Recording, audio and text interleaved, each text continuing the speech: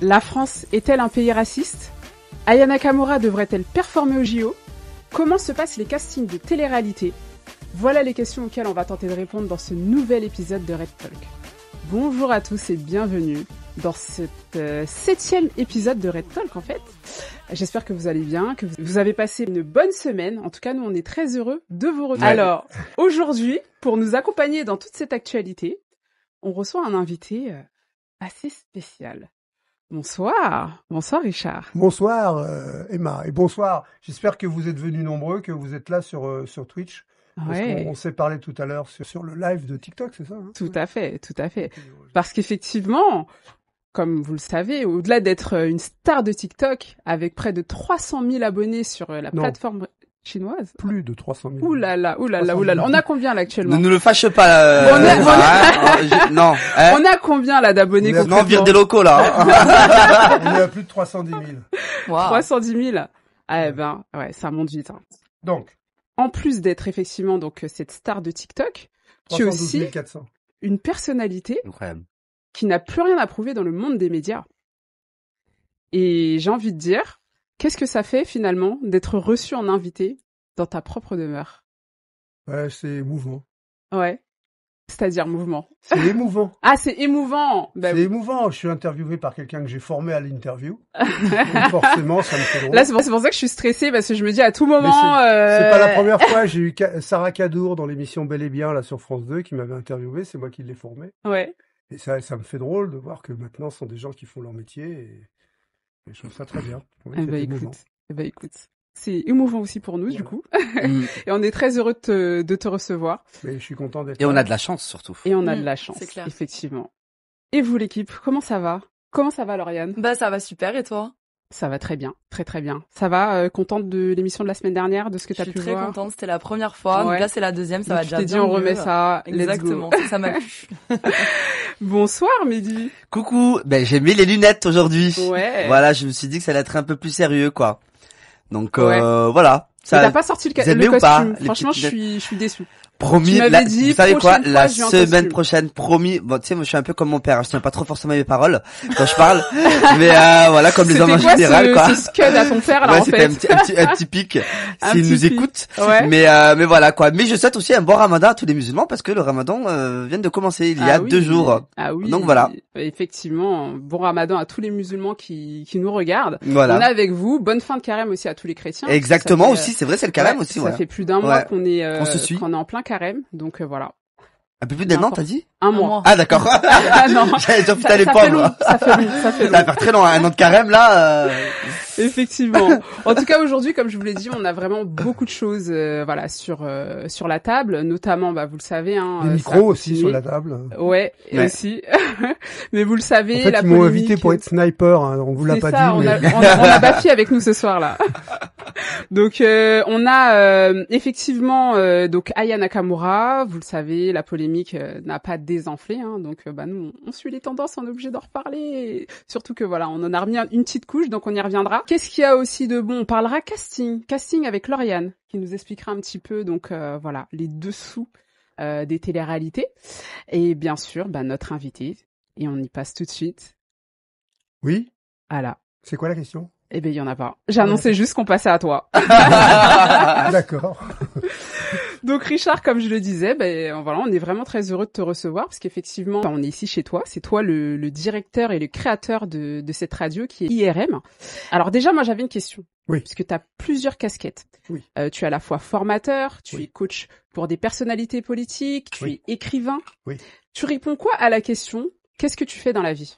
Mon possible. C'est tout? Je fais le désespoir de mon entourage et des jaloux. J'essaie de finir ma vie avec harmonie et j'essaie d'être heureux. Mais voilà, qu'est-ce que je fais dans la vie? C'est pas que le métier, hein. Ouais. De jaloux, vous avez dit? Je fais des jaloux, ouais. Comme qui, par exemple? Comme tous les haters qui vont m'injurier, là, non. Ah, ok. Je croyais que tu parlais dans le monde audiovisuel, quoi. Non. Moi, j'ai pas une réussite fulgurante. Je suis connu dans le métier. je suis pas connu du grand public, donc on peut pas dire que j'ai une réussite qui puisse générer alors, la jalousie. C'est pas connu du grand public, ça tu pouvais le dire il y a quelques temps. Aujourd'hui, c'est plus vrai. 300 000 abonnés sur TikTok, 310 000 abonnés sur TikTok. 12. Ça représente 12 400. Non mais ça représente quand même du monde. Ça représente quand même du monde à ce stade-là. D'ailleurs, il m'arrivait un truc dans le train l'autre fois, parce que je suis entre Conflans et Paris, et j'ai un mec en face de moi qui me fait un clin d'œil et qui fait TikTok. C'est pas vrai. C'est marrant. Ah oui, donc ça c'est marrant justement, c'est une de mes questions. Ouais, tu te fais reconnaître dans la rue Ça m'est arrivé, c'est pas dans la rue, c'est dans le train. Et ça m'est arrivé une fois, je trouvais ça c'était très amusant. Ouais. Mais je m'y attendais pas. Autant à l'époque quand je faisais des émissions sur Direct 8 ou sur les chaînes en Afrique par exemple, quand j'allais au Sénégal ou au Mali, on m'arrêtait dans la rue. Ouais. Parce que je faisais des émissions qui étaient énormément vues sur le continent africain. Et donc tu avais fait une émission avec Yannick Noah en plus, il me semble. Tu avais fait une émission avec Yannick Noah, il me semble aussi, non? Ah mais ça en tant que producteur. Il y a très longtemps, en tant que producteur, ouais. Ah ouais, producteur qui a réussi à produire une émission animée par Yannick Noah. Ouais. Wow. Ah ouais. Donc j'en tire un grand orgueil. En 1999, donc tu décides de créer l'ACAD, l'Académie audiovisuelle. Ouais. Quelle a été ta motivation en fait? C'est venu de ce qui s'était passé 10 ans plus tôt. J'avais créé une émission sur France 3 qui s'appelait Microkill Multimédia, qui est une émission sur le jeu vidéo. Et c'est une émission, moi j'y connaissais rien en jeu vidéo, c'était un type que je connaissais, qui était rédacteur en chef de deux revues, Tilt et Console Plus, et qui me dit j'aimerais faire une émission de télé, mais je dis écoute toi tu connais les jeux vidéo, moi je connais la télé, on va essayer de s'accorder pour faire ça. Et on a monté l'émission. On l'a imposé, j'ai réussi à négocier avec France 3, etc. Et on négocie en avril pour démarrer l'émission en octobre suivant. Et après ça, je me dis, bon, ben maintenant, le mec qui est rédacteur en chef, il faut que je trouve une école pour lui apprendre à présenter une émission, parce que pour passer de l'écrit à l'écran, c'est pas nécessairement automatique. Et j'ai pas trouvé. Ce qui fait que j'ai passé une partie de mon été à l'entraîner, à le faire travailler, etc. Et comme il s'est révélé très bon dès les premières émissions, je me suis dit, tiens, quand j'aurai le temps, un jour où j'aurai rien d'autre à faire, je créerai une petite école. Ouais. Et 10 ans plus tard, et après une expérience de presse écrite qui s'est cassé la gueule, c'était Bébé de Paris, Black Beurre, que c'était un Jeune et Joli où il y avait, parce que dans Jeune et Joli, il y a que des blondes. Ouais. Donc là, c'était un Jeune et Joli pour les blacks et les beurres, Bébé de Paris. D'accord. Et qui marchait très bien, sauf qu'il y a eu le 11 septembre. Donc c'était à l'époque du 11 septembre. Et tout ce qui portait le nom de beurre était boycotté par les annonceurs, etc. Même en France, même en France, on a il connu plus d'annonceurs, plus rien. Ah et ouais. ça s'est cassé la gueule. Et là, je me suis retrouvé en disant, bon, tiens, je vais monter cette école pour voir ce que ça donne. Et j'ai monté ça comme une petite école de théâtre de quartier, quoi. Et puis voilà. D'accord. Avec un nom ronflant, Académie audiovisuelle, un bien grand nom pour une bien petite chose. Mais en fait, avec l'explosion des réseaux sociaux aujourd'hui, est-ce que tu penses que la télévision est morte? Non. Elle a changé elle est devenue protéiforme. Aujourd'hui, moi qui suis un vieux, je regarde plus la télé sur mon smartphone que sur un grand écran. Et chez les jeunes, c'est pareil, c'est la vérité. Ouais. En plus, la télévision telle qu'on la connaît, c'est-à-dire les mainstream, les TF1, les M6, tout ça, est complètement ringard. Et on le voit bien parce que les jeunes ne fréquentent plus, ils savent plus faire des émissions pour les jeunes. Ouais. À telle enseigne que la musique la plus vendue en France, c'est le rap. Et il va y avoir l'émission sur France Télévisions, l'émission de rap de Skyrock. Ah bon? Skyrock, laquelle Planète Rap? Oui, Planète Rap va arriver sur France Télévisions. Ah ouais. Ah bon? Mais tu sais qu'il y a eu la flamme aussi. Ça, c'est un scoop, là, ce que tu nous... Va arriver sur France Télévisions, Ah ouais? Ça a été annoncé déjà? C'est une tentative, c'est plus ou moins annoncé. Mais déjà, il y a eu la flamme. Pour les rappeurs. Il y en a eu avec les Store, les flammes. hip-hop, il y a eu des choses comme ça. Mais les jeunes ne regardent pas la télévision, on ne regarde pas les mainstream, on regarde les plateformes, on regarde les réseaux sociaux. Moi, le soir, une fois que j'ai regardé les informations, je regarde les vidéos sur les réseaux. Ouais, pareil. Pas la télévision. Mais d'ailleurs, il y a TF1. Je suis loin d'être un jeune, hein. Ouais. D'ailleurs, il y a TF1 là qui a fait Danse avec les stars d'Internet avec Michou en animateur. Ouais. Tout à fait, effectivement, beaucoup disent que finalement c'est même mieux que le vrai Danse avec les stars. Ah ouais? Apparemment ça a été déjà reçu par... Franchement, j'ai pas regardé, je t'avoue. Moi, j'ai vu que quelques extraits, effectivement, ça me paraît pas trop mal, quoi. Et d'ailleurs, quand on parle de télé, par exemple, quand tu vois, là, il y a beaucoup de jeunes, enfin de personnes qui reprochent à la télé, effectivement, la qualité des programmes qui descend. Notamment, par exemple, il y a TPMP qui est pas mal critiqué.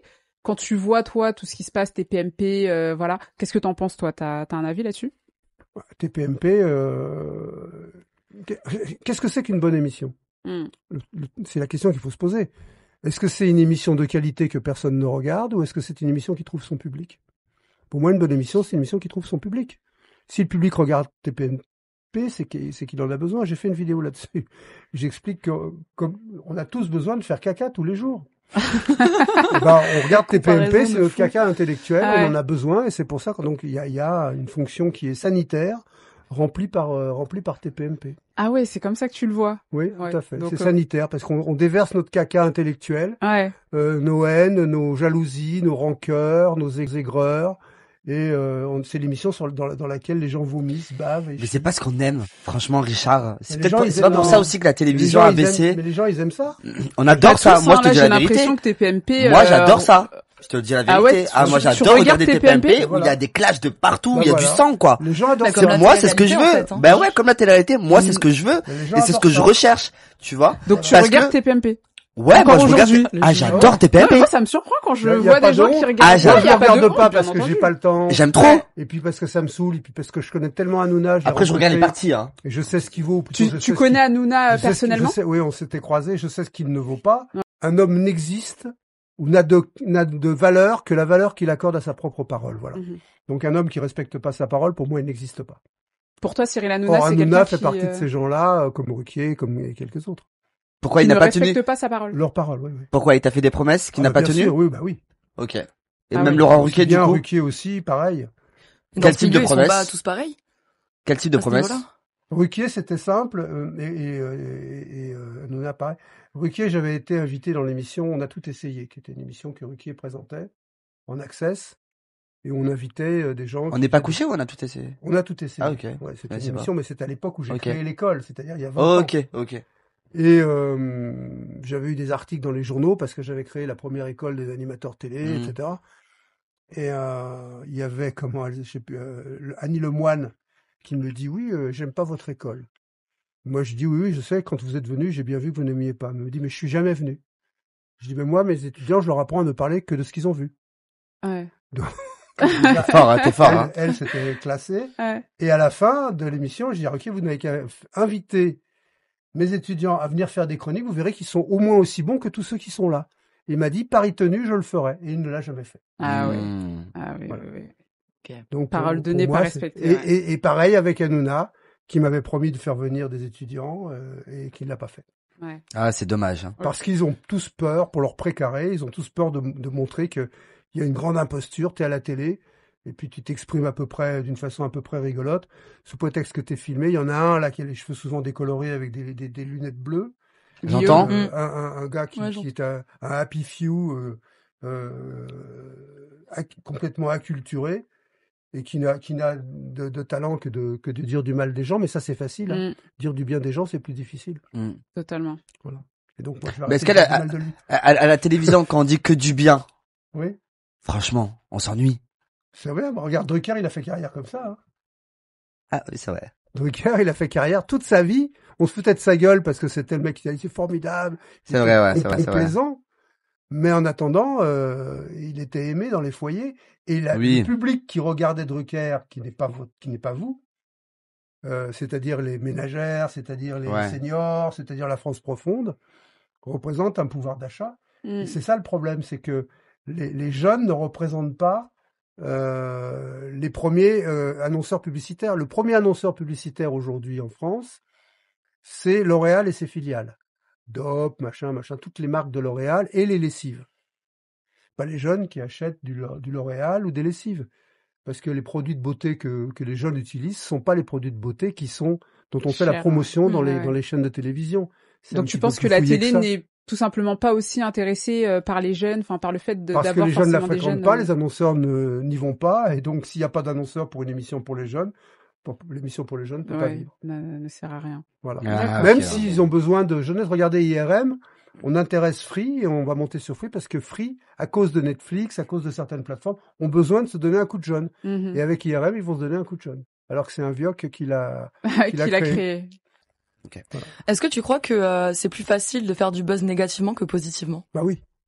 De toute façon, on peut rassembler les populations beaucoup plus facilement contre quelque chose que pour quelque chose. Donc ça, c'est humain. Depuis la nuit des temps, c'est comme ça. À chaque fois qu'on a voulu rassembler, on a cherché des gens. Un coup, c'est les Arabes, un coup, c'est les Juifs, un coup, c'est ceci, un coup, c'est les homosexuels. Quand t'es arabe et homosexuel, t'en prends plein la gueule. Parce qu'on mais je sais de quoi tu parles.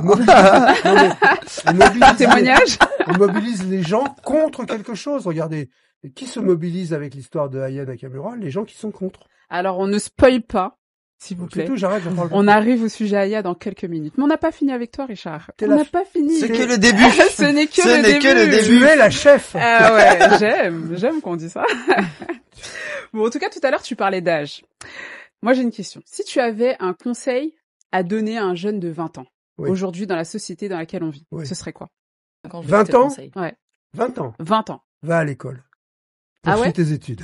Ah ouais? Sérieusement? Tu penses que c'est compliqué aujourd'hui de s'en sortir sans avoir fait d'études? Je dis pas que c'est pas compliqué, mais aujourd'hui, vous avez plein d'alternatives et les réseaux sociaux en font partie, qui permettent à des gens de s'en tirer professionnellement ou matériellement sans avoir fait d'études. Ouais. Mais comme moi. Donc, comme toi. Sauf qu'aujourd'hui, pourquoi ça marche? Parce qu'ils sont quelques-uns à le faire. Ouais. Quand ils seront tous à le faire, il faudra trouver autre chose. Et l'autre chose, ça sera dans la connaissance. Ah ouais. Donc pour toi, l'école, en fait, c'est une valeur sûre. Ça restera... S'instruire. Alors, quand je dis va à l'école, ça peut être l'école de la vie, mais c'est s'instruire, apprendre. Ah oui. Apprendre. Ouais, se former. Pour moi, un être humain est vivant tant qu'il est capable de s'émerveiller, tant qu'il a envie d'apprendre et d'entreprendre, et tant qu'il a le désir de plaire. Ouais. Si j'ai pas ces 3 piliers-là, je suis plus debout. Et la curiosité? C'est ça, apprendre. La curiosité, c'est apprendre. Ouais, bien sûr. Ouais. Et il n'y a rien de pire à un être humain que d'avoir des certitudes. C'est comme les dogmes. C'est la fin de la pensée. Okay. C'est inspirant ce que tu dis, en vrai. Ouais. Un dogme, c'est comme une certitude. La partie intellectuelle, c'est certitude. La définition spirituelle, c'est dogme. C'est-à-dire, c'est comme ça. C'est comme ça, voilà, point barre. Donc ça veut dire qu'il n'y a plus de discussion, il n'y a plus de réflexion, il n'y a plus de pensée. Oui. Ouais. Donc et un homme qui se met à avoir des certitudes, il pense plus. Ouais. C'est fini, c'est foutu. Tu peux avoir des convictions, mais les certitudes, ça tue ton intelligence. Ouais, c'est vrai. Alors que ça ne pousse pas à la réflexion, en tout cas. Alors qu'il y a plein de choses qui viennent transcender ton intelligence, comme l'émotion, la sensibilité, etc. Ouais. Que l'intelligence, elle est une et indivisible. Il n'y a pas une intelligence et une intelligence émotionnelle. L'intelligence comprend l'intelligence émotionnelle. Tu penses qu'on peut... Ouais. Bien sûr. On peut pas avoir 2 types d'intelligence. Ouais, mais les psys, par exemple, disent qu'on a 2 cerveaux. On a le cerveau émotionnel, par exemple, derrière là, et après on a le cerveau vraiment, on va dire tout ce qui est relié intellectuel. Ils défendent leur pain. Ils défendent leur pain. Voilà. Les psys ils entretiennent des choses pour que les gens continuent à aller voir les psys. Ouais. Ils ont raison. Hein. Comme tout métier. Mais comme tout métier alors. Dans ce cas-là. Vu de leur chapelle, les psys, quand tu vas voir un psy, la chose à laquelle le psy est en train de réfléchir au moment où il t'écoute, c'est de dire bon, qu'est-ce que je vais pouvoir lui dire pour qu'il continue à venir me voir toutes les semaines. Moi, je suis pas d'accord. En vrai, il y a tellement de gens qui veulent voir des psys qu'ils n'ont pas besoin de les faire rester. Enfin, ils ont trop de clients. Le psy, il te met en dépendance. C'est terrible. Moi, j'ai vu des choses catastrophiques. Les psys qui dressaient les gens d'une famille les uns contre les autres, etc. Mais ça, c'est pas des bons psys. C'est possible, ça. Ouais. C'est des mauvais. Et en plus, c'est marrant, ça. Psychologue, c'est pas médecin. Le médecin, c'est psychiatre, bien sûr, qui autorise les médicaments aux patients. Toi, t'as déjà vu un psy? J'ai déjà parlé avec des psys. J'ai déjà coaché des psys qui voulaient faire des conférences. Ouais. Est-ce que tu as des compétences pour être psychologue? Moi, je prétends n'avoir aucune compétence de psychologue. Je m'intéresse à l'humain. J'ai écrit un livre, on m'a dit que j'étais psychologue en lisant le livre, mais dans le livre, je casse les psychologues. Donc, non, la psychologie, et puis il y a tellement de choses fausses, les mantras et les injonctions des pseudo-gourous du développement personnel. C'est insupportable. Je pourrais vous en citer quelques-uns tout à l'heure. Si vous avez plus de sujets à évoquer, mais si vous avez encore des questions, on y va. Ouais, non, bah t'inquiète pas. T'inquiète pas. Des sujets, on en a, des questions, on en a. J'ai l'impression qu'elle a été très bien formée quand même, Richard, non? Il est 19h28 à l'émission, fait 1 heure, attention, hein. T'inquiète pas. Faut pas dépasser. T'inquiète pas. L'élève a peut-être... T'es pas serein, là, je sais pas, Serein. L'élève a peut-être dépassé le maître. Attention. Il y a beaucoup de travail. Il y en a beaucoup qui ont dépassé le maître. Non, il y a énormément de travail. En tout cas, pour le moment, on va te laisser un petit peu tranquille. On va passer au sujet, mais après, on reviendra avec une interview un peu plus spicy Et cette fois, menée par Mehdi. Donc, j'espère d'accord, que Mehdi le prêt. médisant, d'accord. Ah, Exactement. C'est exact. Eh ben, franchement, tu m'as bien décrit. Écoute, il va pas te rater. Voilà. Attention, Mais j'ai du bon. répondant, hein. Eh ben, écoute, on verra ça. Si t'as pas de ligne rouge. C'est là, il fait un bon teaser, là, il faut, Ouais, tu c'est vois. ça. Donc, Voilà. restez avec nous parce que juste après ce sujet, on y Il revient. va leur dire clash. C'est quoi le sujet? Alors, écoutez, forcément, le sujet qui anime toujours en ce moment la toile, les médias. Je vous laisse deviner. Si vous deviez me citer un sujet. Aya. Voilà. Aya Nakamura. Aya Nakamura. En tout cas, quoi qu'il en soit, la polémique continue d'enfler. Je sais pas si vous avez vu, mais en fait, il y a une banderole qui a été lancée sur Internet. Ouais. Qui dit « Il n'y a pas moyen Aya, ici c'est Paris, pas le marché de Bamako ». Oui, on a vu ça sur tous les médias. Ouais. Les stars ont commencé à prendre la parole. Notamment Bram Cito, Davignor, Dadju, Frank Glich, Damso. Neige. Damso a parlé? Il me semble, oui. Ah Oui, bon si, il a parlé d'Amso, Je j'ai l'ai vu. pas noté. Weshden, même Magali Berda a pris la parole. Donc moi déjà, première question, je voulais avoir vos avis. Qu'est-ce que vous en pensez du fait que peu à peu, toutes ces stars commencent à prendre la parole au sujet de ce qui se passe? Richard, toi, qu'est-ce que t'en penses? Alors moi, j'ai analysé, j'ai étudié ce qui se passe autour de Aya et d'Edith Piaf. Eh bien, je peux vous dire que le peuple français et certains responsables, c'est pas le racisme qui me fait le plus de peine, c'est l'inculture. C'est l'ignorance crasse de l'histoire de France. Et en plus de ça, on proteste parce qu'elle va chanter des chansons d'Edith Piaf. Ouais. J'ai fait un documentaire sur les arts de la rue, la street, sur les cultures urbaines. Et on a fait un shooting et une interview d'une artiste qui est décédée aujourd'hui, qui était sénégalo-malienne, qui s'appelait Narmé, qui faisait du slam. Une merveilleuse artiste, et quand j'y pense, j'en ai les larmes aux yeux, parce qu'elle s'est suicidée pour des histoires de drogue, etc. Et on avait fait ce shooting sur la place Edith Piaf, où elle tournait autour de la statue de bronze d'Edith Piaf. Et j'avais discuté à l'époque, on l'avait interviewé, le responsable de l'art vivant de la Villette. Et il m'a dit la chose suivante que je partage, il m'a dit, si aujourd'hui Edith Piaf devait exister, ce serait certainement une jeune femme métisse qui vit sous une tente le long du canal Saint-Martin. Ah ouais. Ça veut dire que notre culture, elle est là. Et ceux qui disent, oui, Piaf, machin, Piaf, à l'époque de Piaf, l'intelligentsia ne voulait pas de Piaf. Ah oui. À l'époque, Piaf était... C'était une gosse de la rue, les vieux bourges à la con, comme on les a encore aujourd'hui, ne voulaient pas de Piaf. Parce que ce que ne savent pas les gens qui parlent de Piaf en disant Piaf, la France, machin, c'est que sa grand-mère, elle était maghrébine. Ouais. Donc il y a une inculture totale, un manque total de compréhension de ce qu'est la France.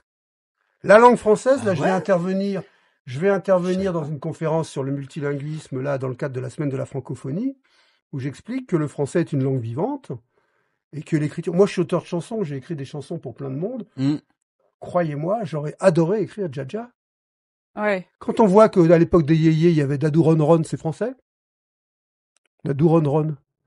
Quand Jacques Dutronc ferait Crac Boumu, c'est français. Et personne n'est venu là avec le drapeau en disant rentre chez toi. Ouais. Donc c'est de l'inculture totale. Donc ces gens font preuve de bêtises. Est-ce qu'il faut discuter avec les cons? C'était une vieille réplique des tontons flingueurs. Moi, je ne parle pas aux cons, ça les grandit, ou ça les guérit, ou ça les instruit. Voilà. Ouais. Voilà ce que j'ai à en dire. Ok. Et vous en pensez quoi, vous aussi, de tout ce qui se passe là, les stars qui en parlent, les médias, etc. Ce qui est dommage, en fait, c'est qu'ils réagissent, mais quand il y a le feu. Ils auraient dû réagir quand ça a commencé, tu vois, quand les blagues commencent à apprendre. C'est ce que je voulais dire. Et là, c'est vraiment une fois que ça commence à partir complètement en live et où il y a des trucs quand même assez choquants, que là, tout le monde commence à s'enflammer, mais... Je suis d'accord. Je suis d'accord avec Lauriane. Je pense qu'ils auraient dû quand même se lever un peu plus tôt, quand même. Et est-ce que c'est pas pour faire parler d'eux, tu vois, une fois que ça a bien réussi, je pense pas, tu vois. Mais par contre, sincère, tu vois. Ouais. C'est vrai qu'il y a beaucoup de personnes d'origine complètement différente, en fait, qui sont pas, on va dire français de souche. Ils ont pas forcément pris la parole, j'ai l'impression. T'as l'impression que c'est les Français de souche qui ont pris la parole? Non, justement, c'est le contraire. Que c'est les... Qu'il n'y a pas de Français de souche qui ont pris la parole. Des artistes Et que c'est que des artistes étrangers. Bien français de souche, est-ce qu'il y en a qui ont protesté? Ah, bah non, justement, non. Voilà. Apparemment, non. Enfin, c'est ça que je trouve un peu bizarre. Il y a Angèle qui a reposté une photo d'Aya Nakamura et qui a mis une couronne sur sa tête, mais beaucoup de gens ont protesté en disant que c'était pas assez et que il fallait en fait, en faire plus. Vous, qu'est-ce que vous en pensez déjà? Vous pensez que les artistes, ils ont une responsabilité à prendre la parole comme ça dans des moments comme ça? Je vous dirais ce que disait Pierre de Boisdeffre sur la littérature engagée. Il disait la littérature engagée, c'est un cadeau sur lequel on laisse la marque du prix. Donc quand on est un artiste, on a tous réfléchi là. Quand on est un artiste, on est un artiste. Ouais. Et on a le droit de s'exprimer en tant qu'artiste. Moi, j'ai reproché à une certaine époque à certains artistes qui avaient pris des positions politiques d'avoir mélangé leur statut d'humoriste pour faire passer des idées politiques ou de se servir d'idées politiques pour faire la promotion de leur personne en tant qu'humoriste. Aujourd'hui, tout se confond. Une personne publique, c'est une personne publique à partir du moment, avec ce nouveau mot. Avant, on parlait de leader d'opinion, maintenant on parle d'influenceur. Avec ce nouveau mot influenceur, qui fait que quelqu'un qui a de la notoriété est censé influencer les gens. Donc, tu as autant d'influence en étant artiste, en étant tchatcheur ou on est tous influenceurs en fait sur les réseaux sociaux qu'un homme politique et parfois même plus. Ouais. En fait, un artiste, enfin ça, par exemple un chanteur, c'est pas un influenceur. Donc il va influencer parce qu'il a de la notoriété, mais enfin c'est pas son rôle. Donc c'est vrai que par exemple il y a des artistes, ils donnent même pas leur vrai prénom, ils parlent pas de leur vie personnelle, etc. Donc je peux comprendre après qu'il y ait certains artistes qui aient pas forcément envie de se mouiller en fait, tout simplement. Bien sûr. Mais maintenant, si on considère la chose sur un plan purement humaniste et presque philosophique, à partir du moment où tu as un public, à partir du moment où tu es populaire, ça te confère une responsabilité. Ouais. Et cette responsabilité, à toi de savoir quelle place tu vas lui donner dans ta vie, dans les prises de position que tu vas avoir. Responsabilité, c'est quoi? La responsabilité, c'est l'équilibre entre le devoir et le pouvoir. Mais c'est pas risqué quand même. Il y a un responsable, il a le pouvoir, mais il a le devoir. C'est pas risqué quand même parce que parfois on peut faire des erreurs. Voilà, comme tout être humain. Donc ça veut dire par exemple tu peux comme mettre Macron, par exemple, qui arrête pas de faire des erreurs. Comment? Comme Macron qui arrête pas de faire des erreurs, personne ne lui dit rien. Oui, voilà, mais bon, lui c'est pas un artiste. Ouais, non, c'est pas un artiste. Alors que si un artiste prend la parole et par exemple va dire allez à droite, mais moi je vais jamais reprocher. Ils vont tous à droite, alors qu'en fait il faut aller à gauche. Je vais jamais reprocher à un artiste de se tromper. C'est compliqué. Une position par rapport à un sujet sociétal ou un sujet politique. Mais du coup après on va leur dire quoi? Alors qu'un homme politique qui est censé gouverner le pays, quand il se trompe, mais du coup on va dire quoi à un artiste? Oui, mais du coup c'est pas son rôle, il avait qu'à pas parler. Ouais, c'est ça. Tu vois, directement. Alors que moi c'est vrai que je suis assez mais la liberté d'expression à ce moment-là, on a le droit de dire ce qu'on pense. Ah mais oui, mais ça la liberté d'expression c'est quand on veut Je dis ce que je pense, j'assume. C'est un choix surtout. Moi, je peux comprendre qu'il y en ait qui n'aient pas envie. Oui, non, mais la liberté d'expression, malheureusement, parfois, on dit des choses qui peuvent pas plaire, ils vont dire, oui, mais, c'est pas la liberté d'expression, ça c'est pas bien, nanana. Après, des fois, c'est la liberté d'expression. On sait même pas réellement, parce que c'est réellement la liberté d'expression, qu'on est libre de parler. Hominem quelqu'un, tant qu'on ne désigne pas quelqu'un avec de la haine. Ouais. On se rend fautif de rien. Pour ça, le droit pénal est pas mal foutu.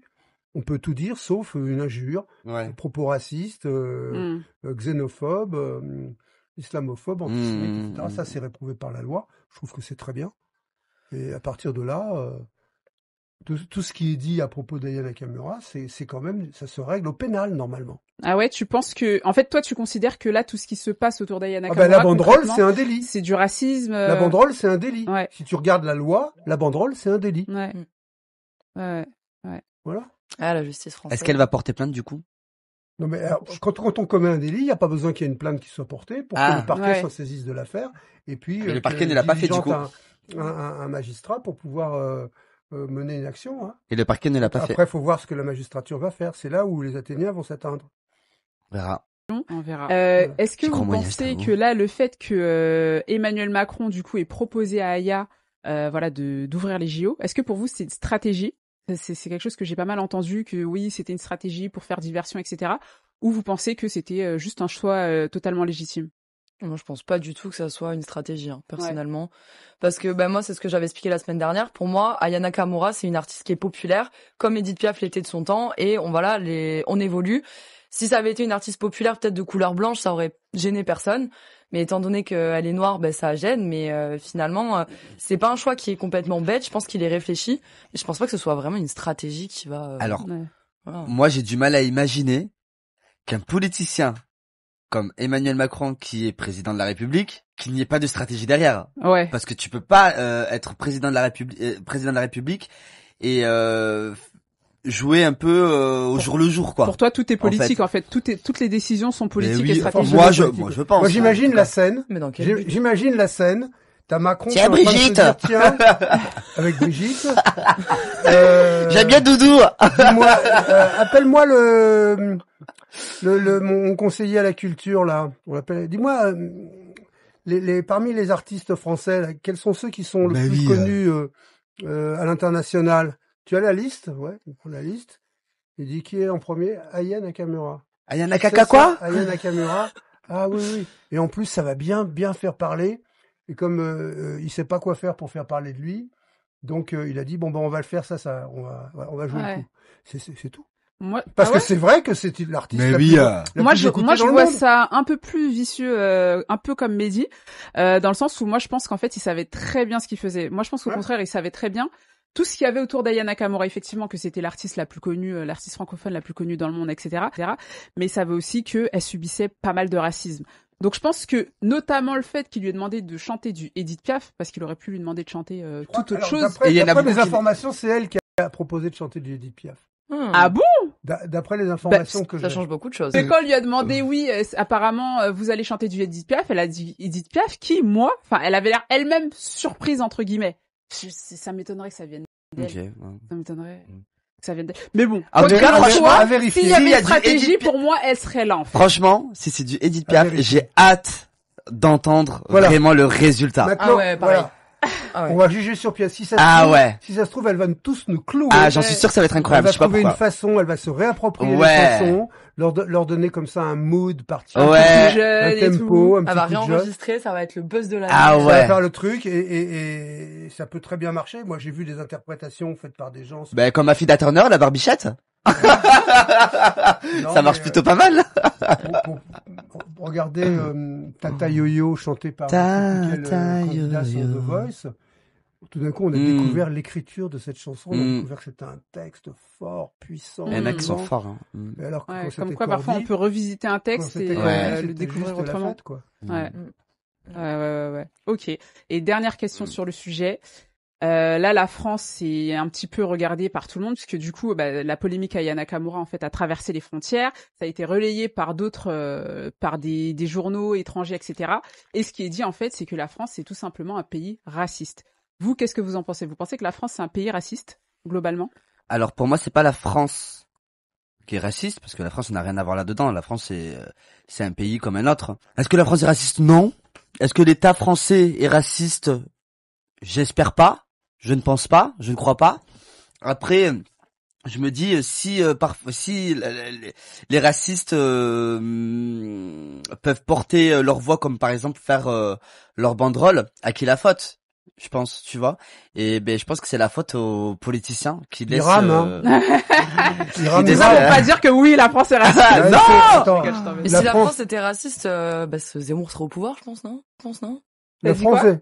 Zemmour il sera au pouvoir si tu penses que c'est à ça qu'on voit si un pays est raciste? Honnêtement, ceux qui sont à fond, qui créent des banderoles, qui sont vraiment en train de comment on dit, qui sont hyper engagés là-dedans, c'est le genre de personnes qui vont voter pour que les choses changent puisqu'ils sont engagés à faire des actions comme ça.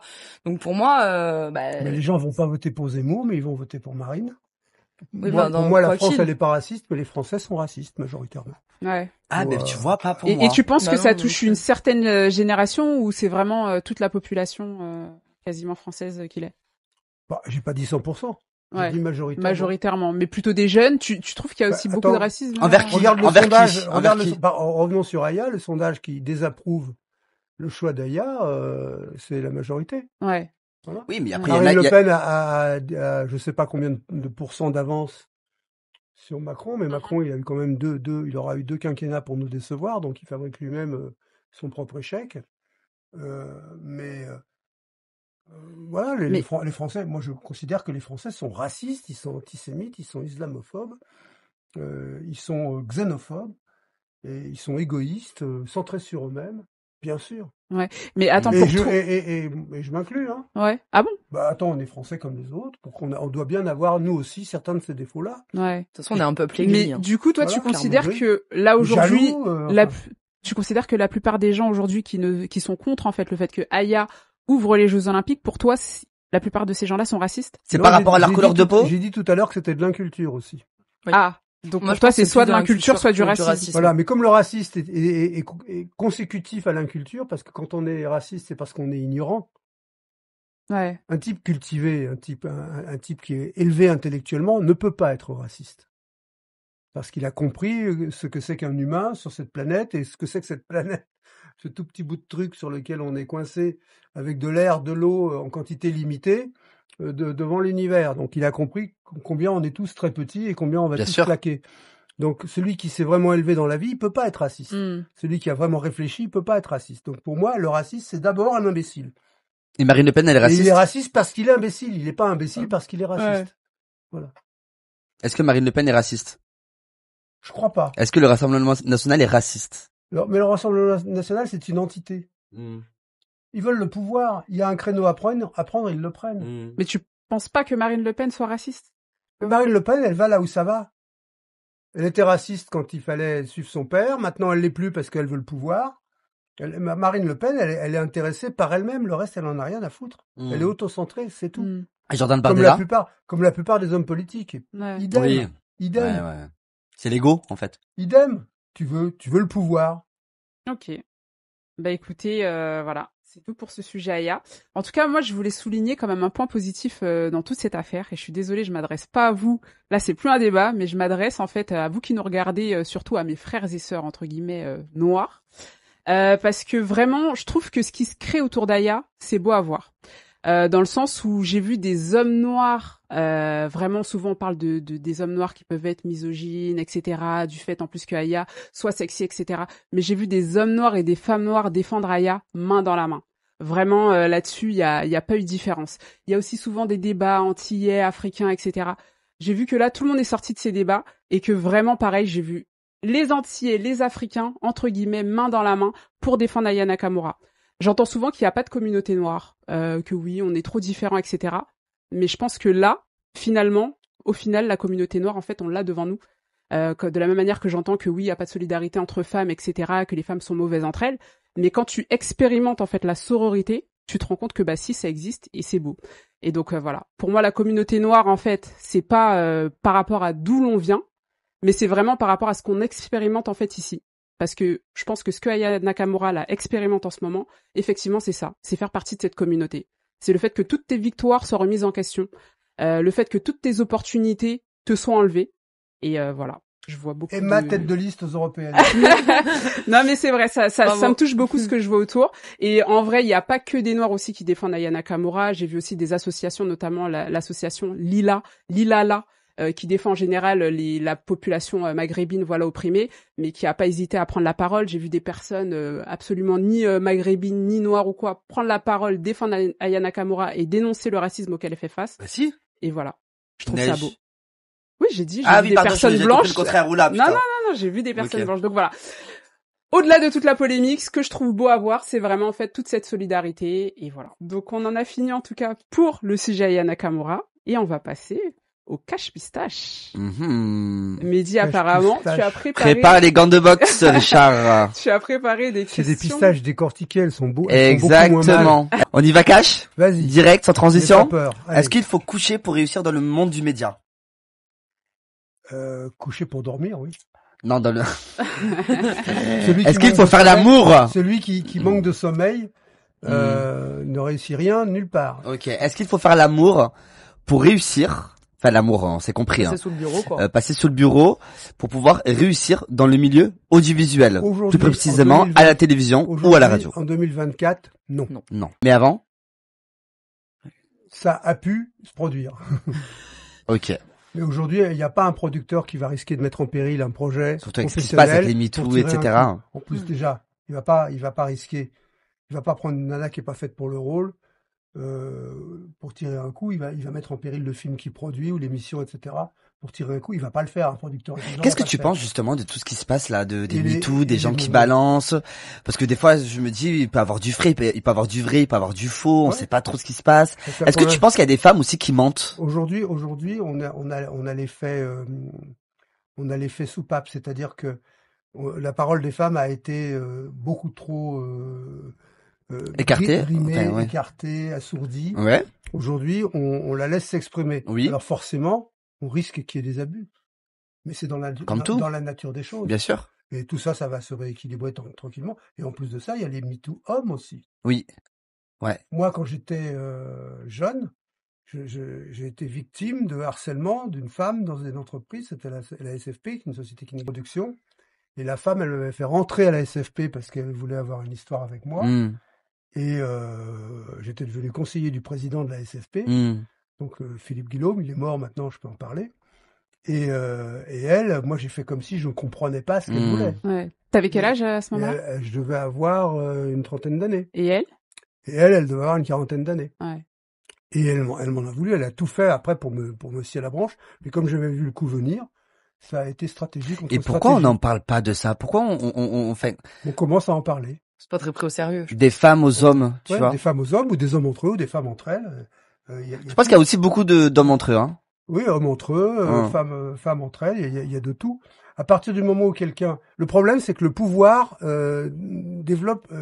suramplifie la libido. Ouais. Dès que quelqu'un a du pouvoir, il se croit tout permis. Tu penses qu'il y a un lien entre... C'est une question que je me posais. Un homme qui a de l'argent ou du pouvoir, bien sûr. C'est assez étonnant quand même de se dire qu'il y a beaucoup de personnes qui ont du pouvoir, que ce soit dans la musique, dans les médias, etc. Et t'as l'impression qu'elles ont tous des fantasmes assez bizarres. Ils oublient une règle simple, c'est qu'aucun humain ne peut être propriétaire d'un autre humain. Ouais. Donc là, ils estiment qu'ils ont des droits, et c'est d'ailleurs ça s'appelait le droit de cuissage au temps du Moyen-Âge. Donc, ils estiment avoir des droits, et comme tu as du pouvoir, tu crois que les gens vont pas pouvoir te dire non, et que tu crois qu'il y a un consentement qui est préacquis, et pas qui serait prérequis, mais qui est préacquis. Et c'était terrible. Là, Macron est en train de voir si on peut pas inclure la notion de consentement dans le concept juridique de viol, c'est pas mal. Comme quoi, vous voyez. Ouais. Est-ce qu'il y a beaucoup d'homosexuels dans le monde de la télévision? J'en sais rien. Ok. Il y en a que j'identifie. Ok. Et tu penses qu'ils ont couché pour réussir eux? Je ne crois pas. Ok. T'as déjà eu des échos d'une célébrité te dire que elle a couché pour réussir ou? Je crois qu'il y en a qui ont eu des histoires d'amour et que cette histoire d'amour a généré le fait que. Je veux dire, quand t'es Ruquier et que tu tombes amoureux du petit jeune qui a fait telle émission de télé, le chroniqueur, et que tu le tires vers le haut, est-ce qu'il a couché pour réussir ou est-ce que tu essayes d'aider à s'élever la personne que tu aimes? Ok. Or, pour moi, quand tu aimes quelqu'un, c'est pour l'aider à s'élever. Bien sûr, je suis d'accord. Donc, c'est le grec là. Je sais pas comment il s'appelle le grec. Voir comment on voit les choses, comme les mots qu'on donne sur les choses, la façon dont on considère les choses, l'état d'esprit qu'on a quand on les fait. Tout ça, c'est très compliqué. Ouais. Donc, moi, je rejette toute forme de manichéisme primaire. Ici, le bien et là, le mal, tu vois. Ça marche pas. Justement, en parlant de sexe, d'accord. Oui. Est-ce que à un certain âge, la libido, elle baisse? Alors, en général, la libido baisse avec le potentiel. Ok.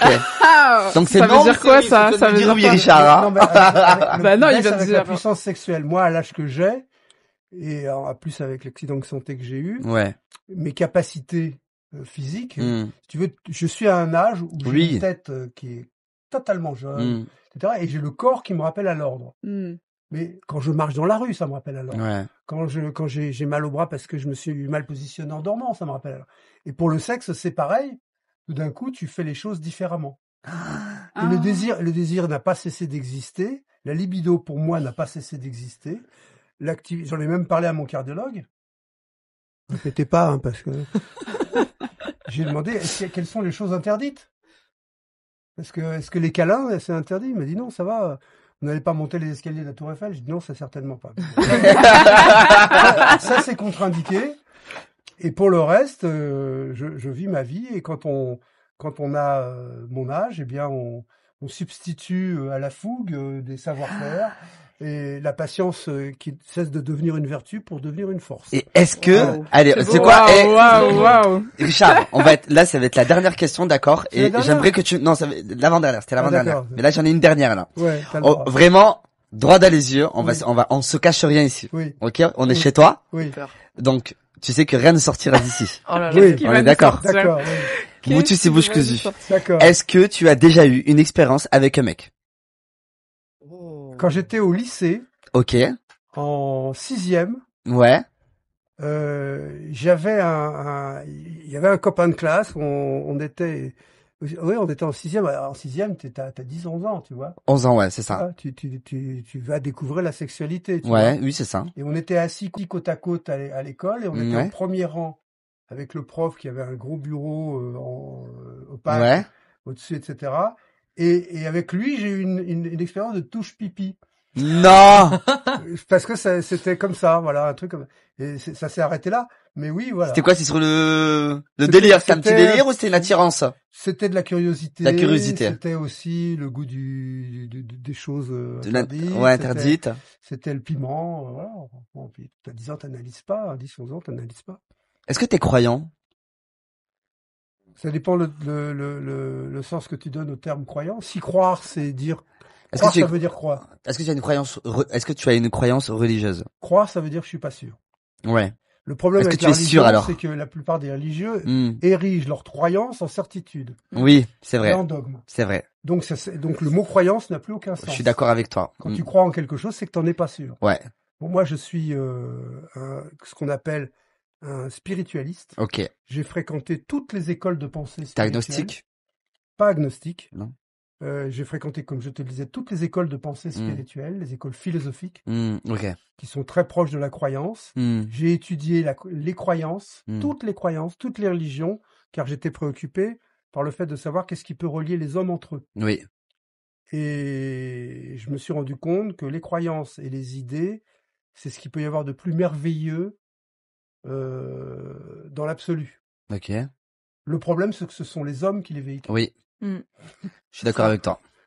Et ça, c'était le mot de la fin et c'était très beau parce que moi, je suis d'accord avec toi dans ce que tu dis. Je croyais que tes questions étaient cash et machin. Non, mais je sais pas, là, tu vois, Il a été intimidé, Comme peut-être. quoi, y a pas que les vieux qui bandent mou, hein, tu vois. Ouais. Ah, mais ça, c'est sûr, crois-moi, tu serais déçu, hein. Moi, j'ai juste une question. T'as coaché qui comme personnalité politique? Je suis tenu par le secret professionnel. Ok. Ah, du coup, il peut pas. Non, mais répondre. vraiment. En plus, c'est vrai, je suis vraiment tenu par le secret. J'ai fait des campagnes électorales. Ok. Ah ouais? Alors, je suis collaborateur parlementaire au Sénat. Et là, je peux le dire parce que c'est officiel. J'ai travaillé entre autres, et celui-là, je peux en parler parce que c'est officiel et puis ça a été médiatisé. Un sénateur qui est sénateur des Vosges, qui s'appelle Jean Ingret, Ok. à qui j'ai appris à faire des discours en stand-up. Je vais au Sénat dans pas longtemps en plus. Plutôt que de lire les discours sur des pupitres. Mais sinon, pour les personnalités qui sont connues, je suis tenu par le secret professionnel. Ok. Ok. Et sache que si un jour tu me confies un secret, il aura le même sort que celui que je viens d'évoquer. D'accord, ça marche. C'est beau. Bah, c'est rassurant. Ah. Merci à toi en tout cas Richard pour tes réponses. On va passer dans la dernière et très rapidement partie de l'émission et on va parler casting. Et c'est toi Let's Lauriane go. qui va nous en parler puisqu'en fait tu as travaillé en fait dans le monde du casting. Est-ce que tu peux nous expliquer un petit peu C'est elle qui aurait ce pu que tu as répondre à la fait? question, est-ce qu'il faut coucher, hein? Ah bah justement, on va ben y ouais, venir. t'inquiète pas, Tu Manu. crois pas si bien dire Richard. Donc restez jusqu'à la fin. Enfin, tu as fait ça combien de temps? Déjà, est-ce que tu travailles encore dans le monde du casting? Est-ce que tu as Pas arrêté? du tout. J'ai arrêté et j'y ai travaillé à peu près 2 ans, il me semble. 2 ans. Ok, donc j'imagine qu'en 2 ans, t'as pu voir pas mal de choses. T'as casté quoi comme émission? Quelle Alors, émission? j'ai bossé sur Les Princes de l'amour, sur La Villa des Cœurs Brisés. Bon, c'est les plus gros que j'ai fait, on va dire. Ok. Et j'imagine que la question que tout le monde se pose quand on rencontre un casteur, comment se passe un casting? Comment on fait pour se faire repérer en fait? Ok. Bon, déjà, il faut savoir que c'est très rare qu'on prenne une personne qui nous contacte directement. Ah ouais, ça sert à rien d'envoyer des messages sur Insta Ça aux peut, mais casteurs? c'est rare parce qu'en fait, on a tellement Du scouting, oui. on a trop de DM en fait de personnes qui vont pas nous intéresser forcément. Donc c'est vrai qu'on préfère aller chercher nous-mêmes les personnes qui directement peuvent correspondre à ce qu'on cherche. Donc, du coup, on va les contacter. Souvent, c'est sur les réseaux sociaux forcément, puisque c'est là où les gens se montrent le plus. Mais ça peut également être dans la rue, ça peut être en fait dans n'importe quelle situation sur TikTok, etc. Et donc nous, notre travail, ça va vraiment être de les convaincre de faire l'émission. Ah et ouais. Parce que souvent ils veulent pas. C'est pas vrai. Souvent, les gens, quand tu leur dis oui, si tu veux faire les Princes de l'amour ou quoi, ils te disent non. Alors oui, parce qu'en fait, avant, tu gagnais énormément d'abonnés quand tu faisais une télé. Enfin, ça a beaucoup changé, la télé. Et maintenant, c'est vrai que les gens, en fait, il faut les convaincre et il faut vraiment mettre en avant les aspects positifs pour qu'ils veuillent vraiment en faire, quoi. Ouais, ok. Voilà. Et du coup, toi, t'as pu caster qui de connu? J'avais casté Dylan qui avait fait les Marseillais et du coup les Princes de l'amour, Cédric aussi. Peut-être vous connaissez. Ils ont pas fait beaucoup d'émissions. Hein. En fait, la saison où moi j'ai bossé sur les Princes, c'est une saison qui a, vous savez, elle a un peu flop parce qu'après c'était diffusé sur Sixplay. La saison de Dylan ou à cause de Lauriane, tu vois. Et non, sinon dans la villa, j'avais casté Julien Tézier qui a fait toute la saison. Ouais. Moi, j'ai coaché des anciens des téléréalités. Ah ouais, qui voulaient faire quoi? Qui voulaient faire de la télé. Mais tous les deux font de la télé. Il y avait Laurent Mestret.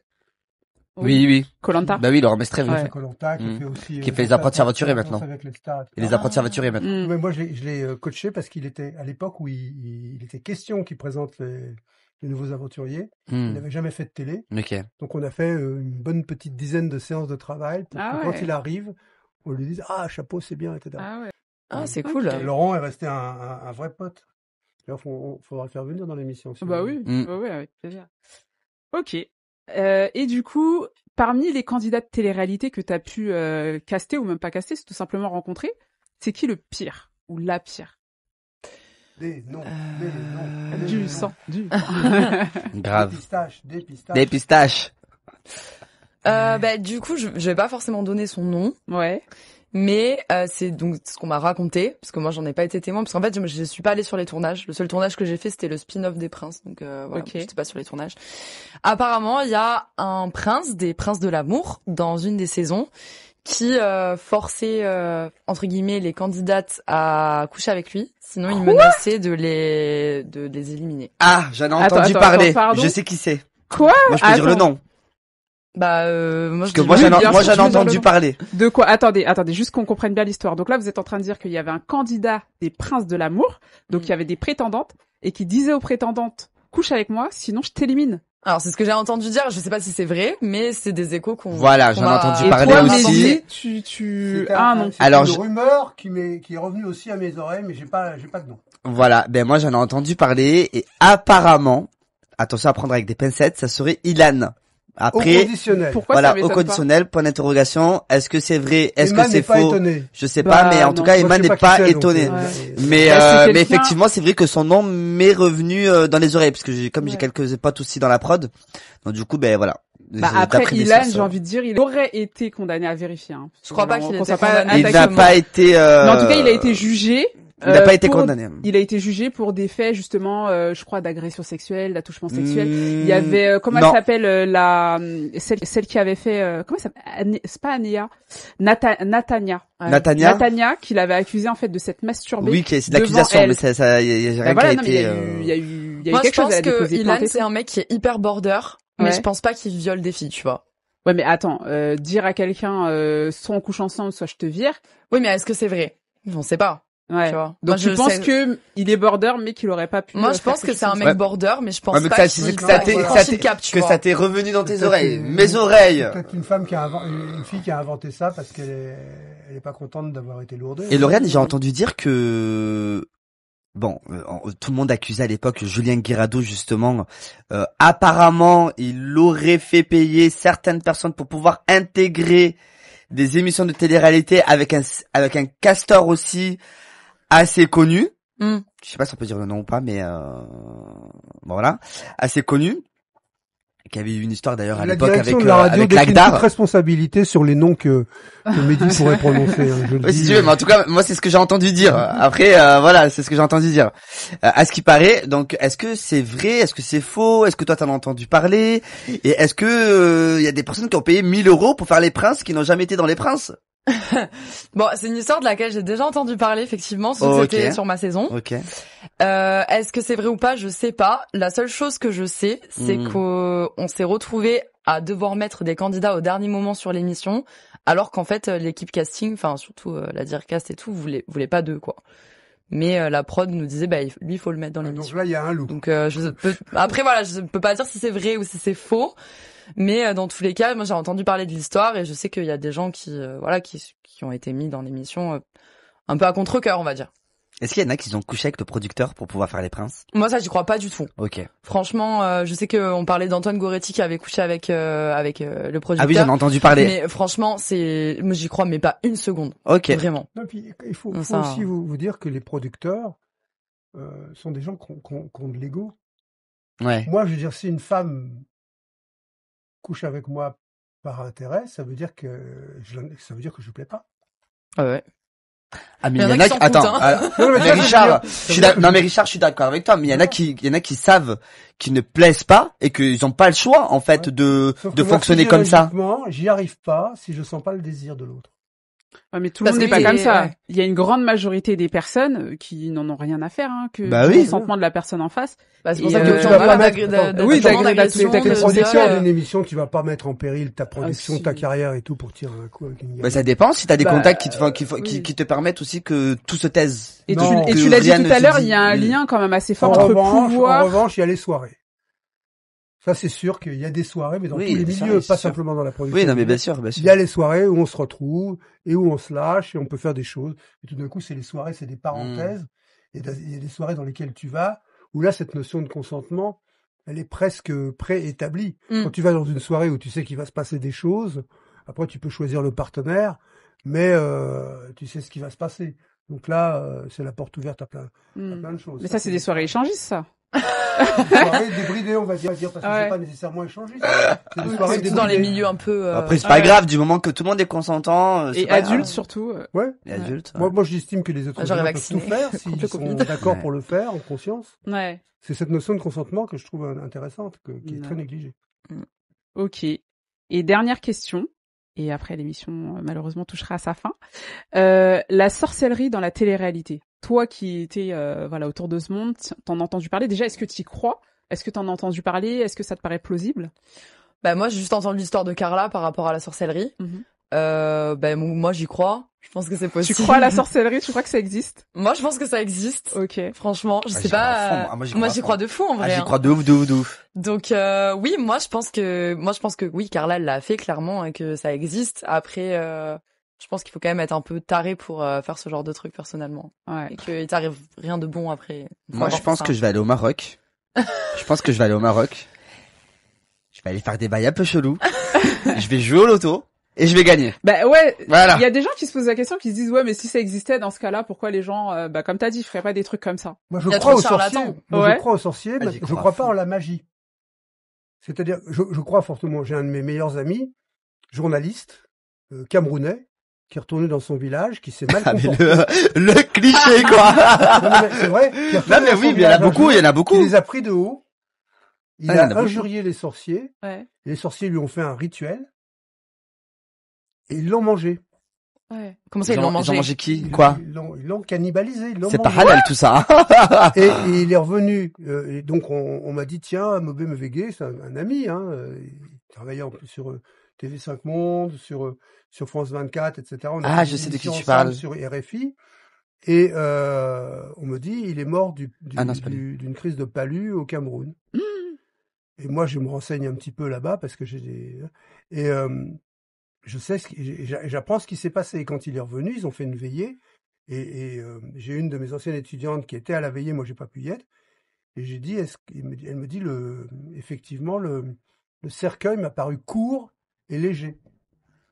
Oui, mais c'est pas de la sorcellerie de l'avoir mangé. Ils lui ont fait un rituel. Un rituel. Ce sont les sorciers. En dehors d'un rite satanique, il y a rien qui peut pousser à manger un être humain. Je crois aux sorciers. qui ont des rituels, mais je dis pas que c'est magique. Ok, mais ouais. n'empêche ils appliquent des rituels. Et là, ils lui ont appliqué des rituels, ils lui ont fait boire des trucs, etc., etc. Et après, ils l'ont cannibalisé, ils l'ont mangé au sens propre. Le délire. T'imagines, ok, d'accord. En fait, j'ai compris. En fait, toi, tu crois en l'existence de la sorcellerie, etc. Je crois en l'existence des sorciers. Ouais, des sorciers, des sorciers pour la sorcellerie, mais pas si ça va se passer. Pas de l'ordre. Ils ont un pouvoir de nuire, ils ont un pouvoir d'appliquer des rituels. Moi, j'y crois. Qui eux peuvent être magique, ça, j'y crois. Préjudiciables. Quand tu empoisonnes quelqu'un avec un rituel, avec des danses, avec des substances, etc., et qu'ensuite tu lui fais subir un sort, il n'y a pas eu de magie dans cette affaire-là, il n'y a pas eu de sorcellerie au sens propre du terme. Mais ce sont des sorciers qui l'ont appliqué en vertu d'un pouvoir dont ils se sont octroyés les droits. Quoi. Ouais. Attends, on a raison. Bah écoute, je partage aussi ton point de vue. En tout cas, écoute, voilà. si t'en connais un. En tout cas, voilà. Fais passer. Non, faut même pas faire des trucs comme ça. En tout cas, voilà, l'émission touche à sa fin. Je vous remercie à vous d'avoir été là. Merci à toi, Richard, d'avoir été notre invité ce soir. Merci de m'avoir invité. J'espère que ça va, tu t'es pas senti trop cuisiné. Non, on est bien reçus, on a droit à une petite coupe de champagne quand on arrive et tout, c'est vraiment bien. Écoute, on fait comme on peut. On n'a pas de moyens. On n'a pas les moyens encore, on attend les sponsors. Mais fallait pas le dire. Tout le monde y a cru. En tout cas, merci à vous l'équipe, merci à toi Mehdi. Avec plaisir, hein. Voilà, on est là toujours. Merci à toi Lauriane. Et puis merci à vous tous qui êtes derrière vos écrans. On se retrouve la semaine prochaine, même heure, même endroit, sur YouTube. Surtout, n'hésitez pas à liker et à commenter. Et voilà, bonne soirée à vous. Bisous. Au revoir. Même jour, même porte, même heure. Ah non, c'était le contraire. Tu peux lancer la musique.